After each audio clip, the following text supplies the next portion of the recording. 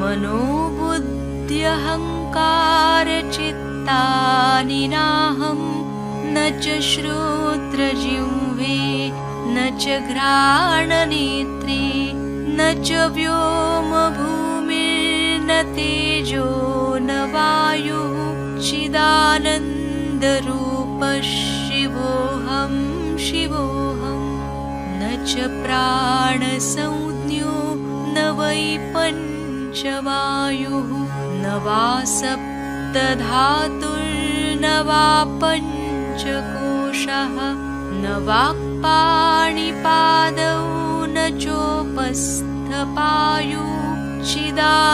चिदानन्दरूपः शिवोऽहं शिवोऽहं न मे द्वेषरागौ न मे लोभमोहौ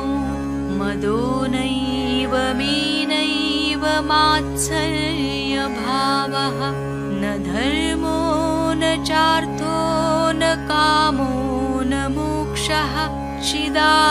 चिदानन्दरूपः शिवोऽहं शिवोऽहं न पुण्यं न पापं न सौख्यं न दुःखं न मन्त्रो न तीर्थो न वेदा न यज्ञः अहं भोजनं नैव भोज्यं न भोक्ता चिदानन्दरूपः शिवोऽहं शिवोऽहं न मे मृत्युशङ्का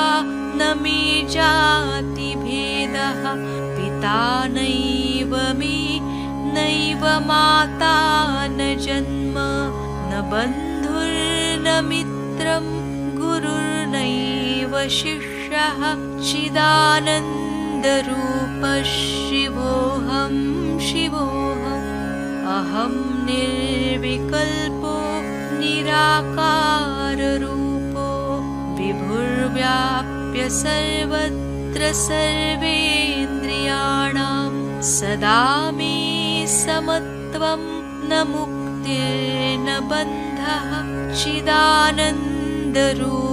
शिवोऽहं शिवोऽहं चिदानन्दरूपः शिवोऽहं शिवोऽहं चिदानन्दरूपः शिवोऽहं शिवोऽहम्